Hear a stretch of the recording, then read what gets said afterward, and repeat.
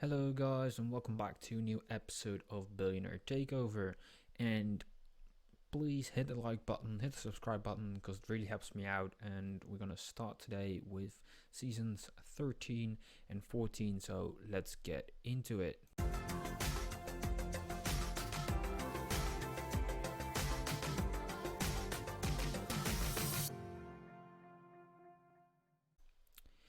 And here we are, start of season number 13, and we've got some news. We go over to Landmark Finance, and then we've got a new chairman. It says consortium, but of course we all know it's a new Tycoon. He's gonna pump more money into the club.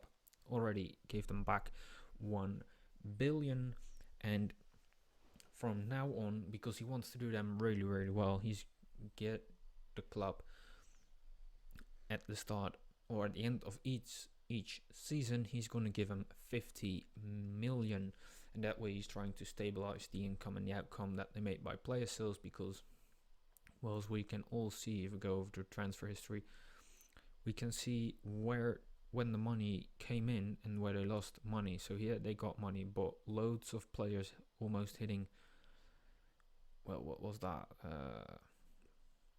112 million, and there they 3 seasons or 2 seasons after that they had to sell because they didn't get that much money, or they ran out of money, and they had 135 million in sales. So just to stabilize things a bit, he's gonna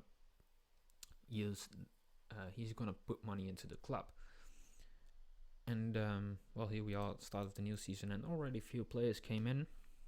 We've got here Damien Thomas. He came in on a free transfer after he was in the well, he wasn't here already, so it doesn't really matter. Actually, he spent some time at Lille from 2006 and now 26, sorry. Now he's in the club. And then we've got Sergei Nioy, a right back, came over from Bordeaux. Then Mathieu Montero from Coutron came in, Italian club. For that, he was in Spain and started out in Nice.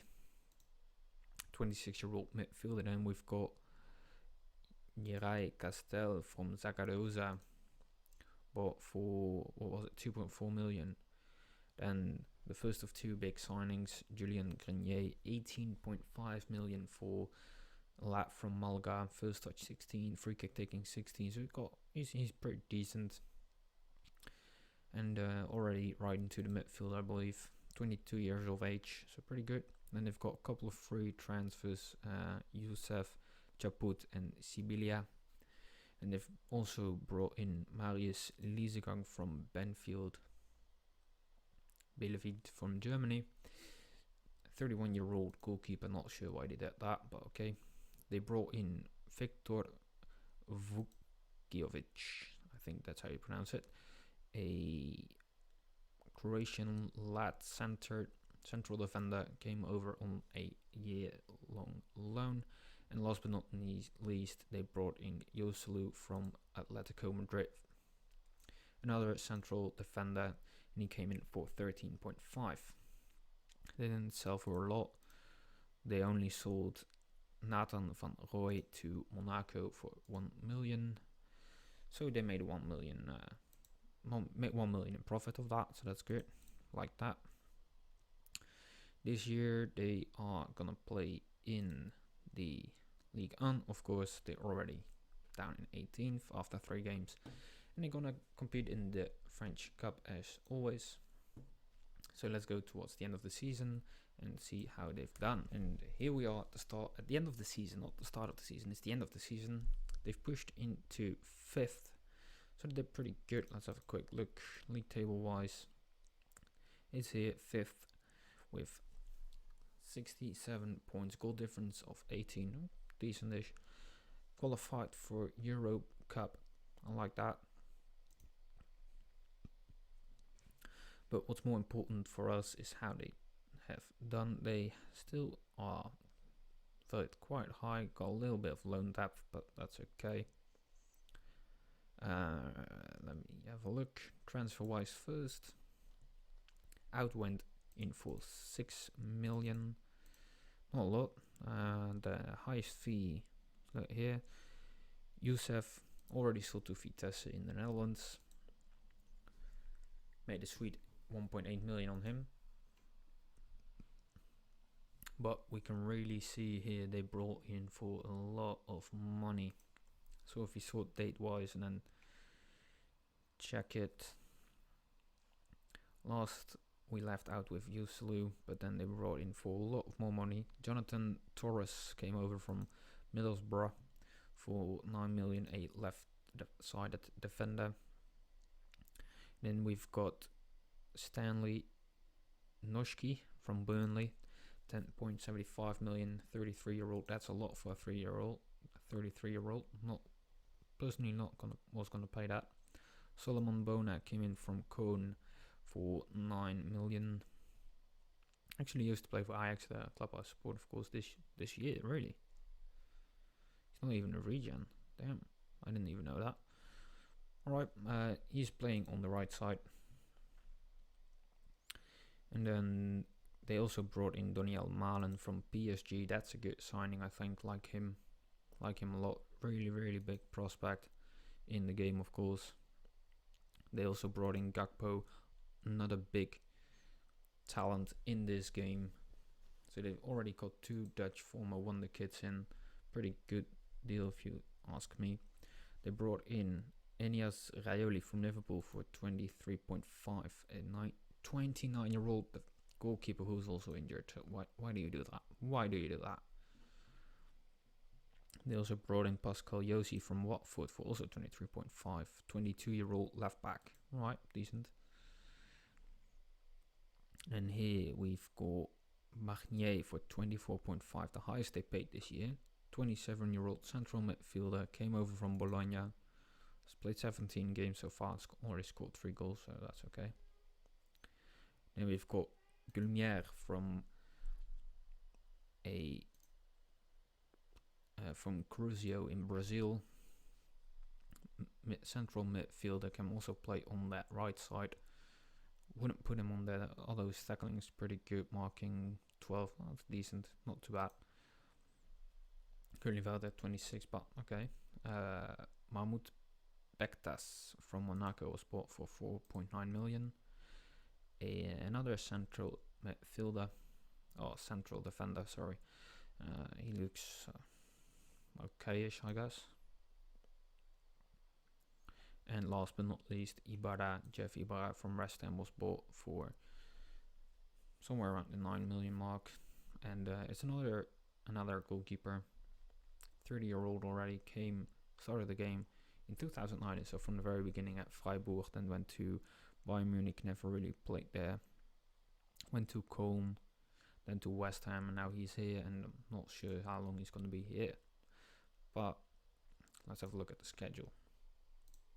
So they started out with 3 losses in a row against Lyon, Dijon and Nancy, and then they beat Reims, Angers, and then they lost to 2 in a row, Strasbourg and Nice. Then they drew with Lens, and then they had a 5 winning spree against Toulouse, Amiens, Monaco, Metz, Lorient, and then they lost to PSG. Not a big surprise here. They drew with Reims, beat Nantes, beat Olympique Marseille, then they lost to Saint-Etienne, beat Lille, lost to Lille in the 9th round, so they were already knocked out in that one. Then they beat Dijon, they beat Nancy, and they lost against Reims, beat Angers, beat Strasbourg, drew with Nice, beat Reims, beat Lens, beat Toulouse, beat Amiens, lost to Monaco this time, then they beat Metz, beat Lorient, lost to PSG 4-1, and they had two red cards early on. That's a tough pill to swallow. Drew with Reims, beat Nantes, lost to Olympique Marseille that time around, beat Saint-Etienne, lost to Olympique Lyon. Not to Olympique Lyon. Yeah, they also lost to Olympique Lyon, but of course Amiens, Lille. And the final game was the Lyon game, so yeah. Not sure what the chairman is going to do this time around, but we'll see what happens during the summer transfer. So let's get into that. Alright, and here we are at the start of season number 14. Training facilities still poor, state-of-the-art youth facilities. They're rich. National reputation. Value went up to 1.64 billion, which is of course a lot. Let's have a quick look at the transfer history. They sold for 38 million this transfer season. First they sold Rowley, and he has Rowley to Burnley for 29.5 after they paid 33.5. So they made a bit of money on that. Good signing. Good, I like that. He did something right. They let Merrill go on a free, which didn't really matter because he was a youth product. Then Jonathan Torres was loaned out. Brian Perrault was sold to Spal. Did they make money? No, they lost money on that one again. Louis Briand was sold to Toulon for a really low price, but they made money on him anyway. And last but not least, Cody Gakpo went away to Moscow, and they lost huge amounts of money on that. They've brought in only 2 players this year.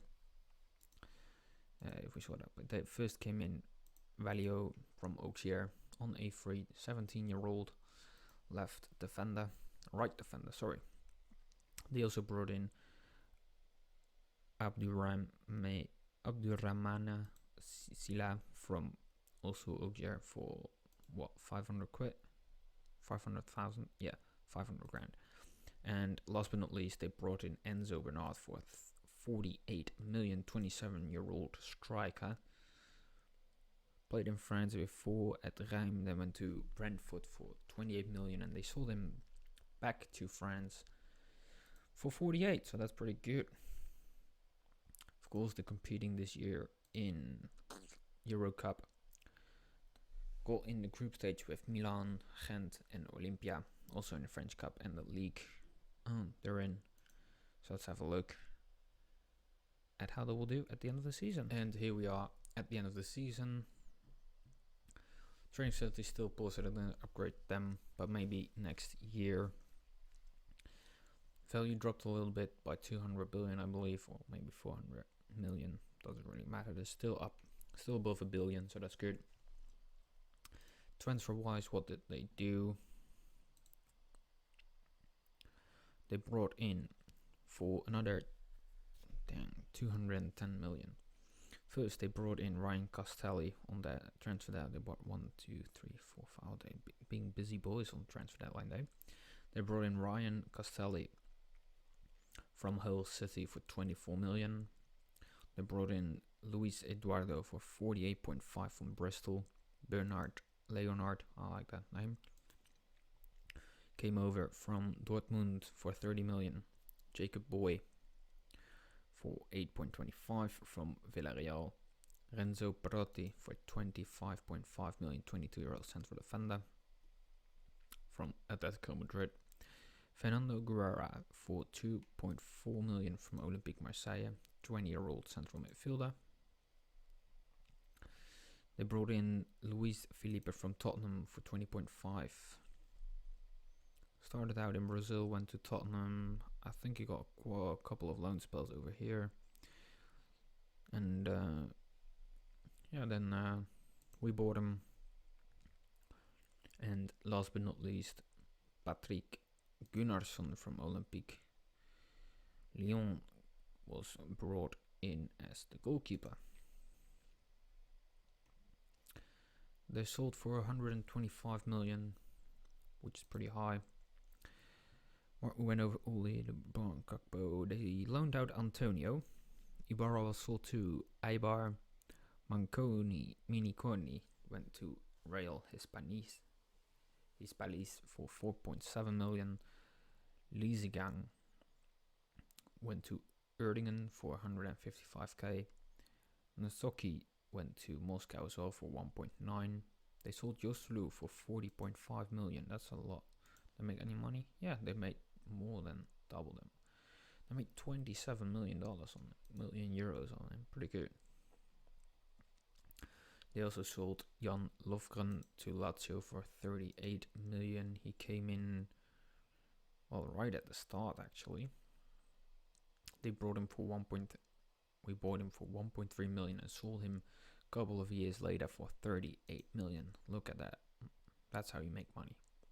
And they also loaned out Cyril Sabiter to Limassol. So yeah, quick look at the tactics. Finished 6th, of course. No, not the tactics, the schedule. Use your head. Right, started out with a win and then a draw. Then lost 2 in a row against Toulouse and Lille. Then they beat Grenoble, Olympia.